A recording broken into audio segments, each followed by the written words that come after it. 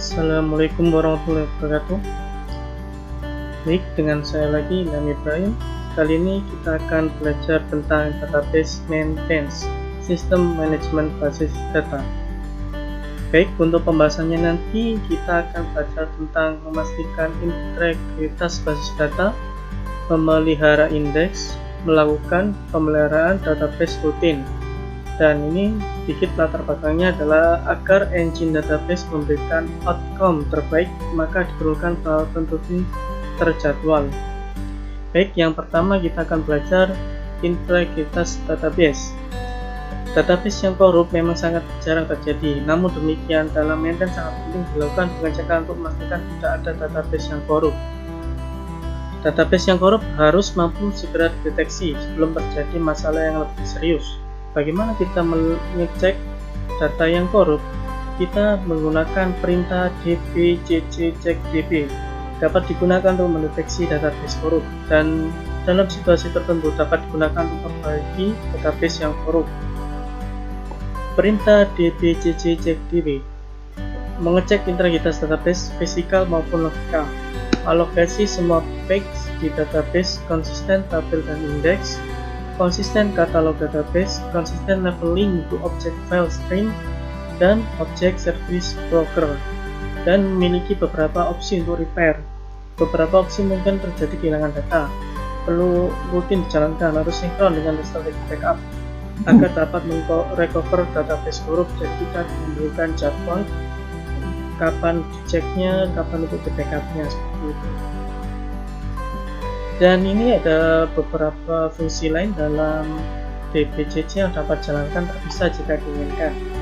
Di antaranya ada dbcc check alloc untuk cek konsisten disk space, struktur dari spesifikasi database, dan ada dbcc check table untuk cek page asosiasi with specific table. Dan yang terakhir ada dbcc check katalog untuk mengecek katalog dari performa logical konsistensi. Bisa Anda coba satu persatu. Dan di sini kita akan baca dbcc check db option. Di sini ada diantaranya ada physical only, digunakan pada sistem yang sedang berjalan karena secara substantion mengurangi waktu yang diperlukan untuk menjalankan dbcc check db pada database besar. Dan ada non-index, jika melakukan pemeriksaan intensif terhadap indeks non-cluster untuk tabel user dapat mengurangi waktu eksekusi keseluruhan tetapi tidak mengaruhi tabel sistem. Dan yang ketiga ada extend logical check, hanya dapat dilakukan ketika database berada dalam tingkat kompatibilitas database status atau lebih tinggi.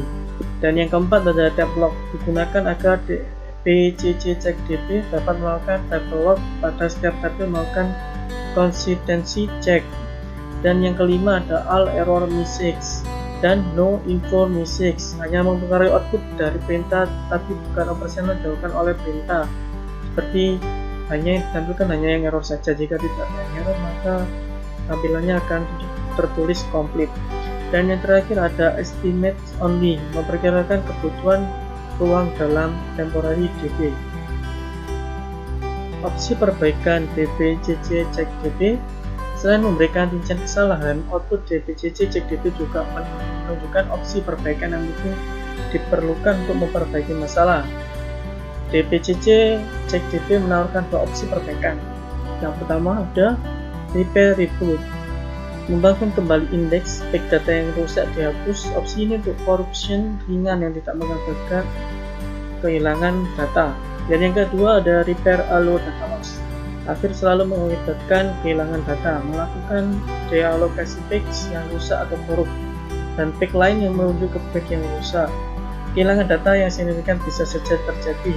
Di bawah ini ada contoh hasil output terjadinya repair.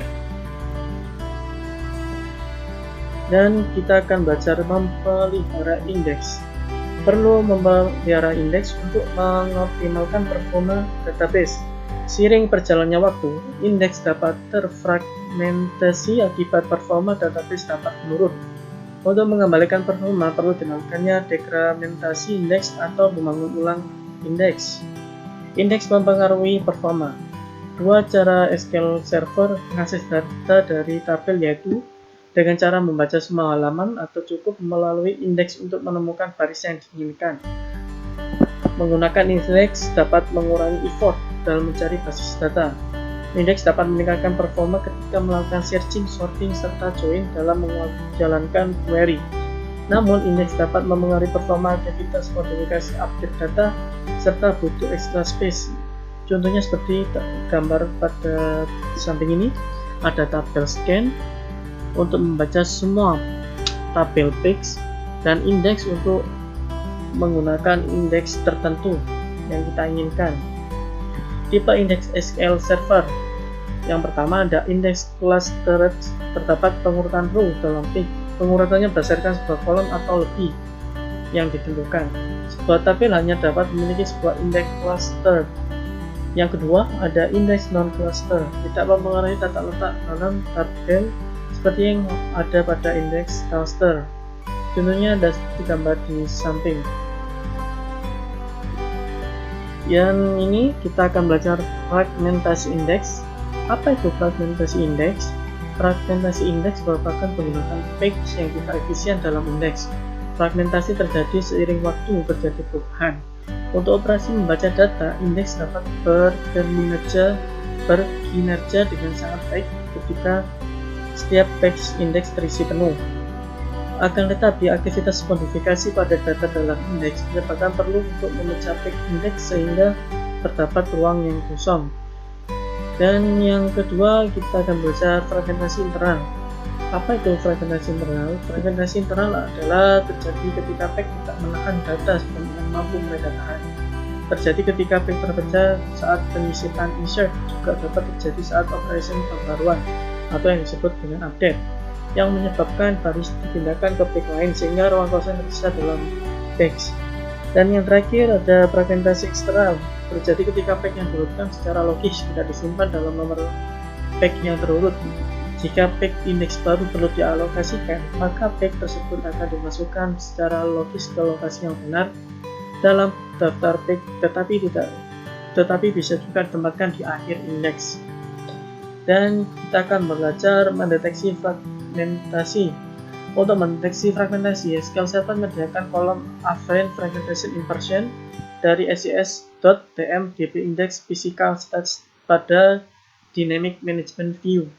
SQL Server Management Studio juga menyediakan rincian indeks fragmentasi di page property untuk setiap indeks. Contohnya pada gambar di samping, kita bisa melihat detail fragmentasinya melalui properti pada database.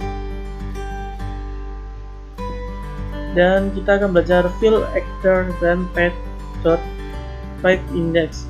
Digunakan untuk mendapatkan free space dalam page index dalam situasi tertentu, meningkatkan performa insert serta update, namun mempengaruhi performa select. Dapat penurunan performa akibat pemisahan page dapat dikurangi dengan mengosongkan ruang kosong setiap halaman saat membuat indeks, termasuk indeks cluster, dengan menggunakan fill actor. Misalkan fill actor 70, artinya diisi 70% dan kosongkan 30%. Path index jika diaktifkan mengalokasikan free space di level non-leaf pada indeks. Contoh TSQL ada pada gambar di samping atau table dan melakukan path index dan fill actor-nya 70. Maka fill actor-nya di sini yang dimaksud adalah 70% dan dikosongkan 30%. Untuk pembelajaran indeks, ada dua opsi untuk menghilangkan fragmentasi pada indeks cluster maupun non-cluster, yaitu ada rebuild dan reorganize. Oke, kita akan bahas yang rebuild terlebih dahulu. Apa itu rebuild? Rebuild adalah menghapus dan menciptakan kembali indeks untuk menghilangkan fragmentasi.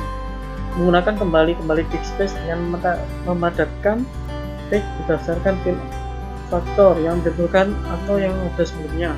Kemudian menata ulang baris indeks bagi yang berdekatan. Dan yang kedua ada reorganize. Apa itu reorganize? Reorganize adalah memerlukan sumber daya sistem yang lebih minimal. Reorganize index juga memadatkan text index. Pemadatan didasarkan pada nilai fill actor yang ada. dimungkinkan untuk menghentikan proses reorganis tanpa kehilangan pekerjaan yang telah dilakukan. Artinya, dapat melakukan reorganis spasial pada indeks yang besar setiap harinya. Contoh TSQL-nya ada pada gambar di samping. Untuk yang alter index CL long time on DBO.log time rebuild, ini untuk pemeliharaan indeks yang rebuild, dan yang bawah untuk reorganis. Jadi kita tinggal menggantikan parameternya aja, dan untuk yang reorganis tambahkan index all. Dan kita akan belajar tentang otomatis pemeliharaan database rutin. Jadi kita bisa menjadwalnya sendiri sesuai dengan keinginan kita dan kebutuhan pada sistem. Sebelumnya tunjukkan beberapa maintain basis data secara manual yang jalannya secara teratur. Database maintenance plan wizard dapat digunakan untuk membuat jobs yang melakukan tugas-tugas maintain database. Output wizard dapat menjadikan titik awal untuk membuat rencana maintenance, atau kita dapat berencana maintenance dari nol. Oke, SQL Server Database Maintain Plans. Apa itu SQL Server Data Maintenance? Database Maintenance Plan Wizard dapat meng-create SQL Server Agent yang melakukan tugas pemeliharaan basis data secara rutin dan menjadwalkan sesuai yang kita inputkan untuk memastikan bahwa database telah dicadangkan secara teratur, berkinerja baik, dan memeriksa apakah terdapat ketidakkonsistenan. Contohnya seperti gambar di samping, ini adalah membuat maintenance plan wizard melalui GUI ya. Dan SQL Server Database Maintenance Plans mempunyai tugas maintenance yang dapat dikerjakan antara lain membuat cadangan file database dan log versi database dan backup. Log dapat disimpan untuk jangka waktu tertentu dan kemudian dihapus secara otomatis. Menjalankan pekerjaan SQL Server Agent yang melakukan berbagai tindakan. Memadankan file data dengan menghapus halaman database kosong, melakukan pemeriksaan konsistensi internal data dan halaman data dalam database untuk memastikan bahwa masalah sistem atau perangkat lunak tidak merusak data, mengatur kembali informasi pada halaman data dan indeks halaman dengan rebuild index, dan yang terakhir memperbarui statistik indeks untuk memastikan query optimizer memiliki informasi terkini tentang distribusi nilai dalam tabel.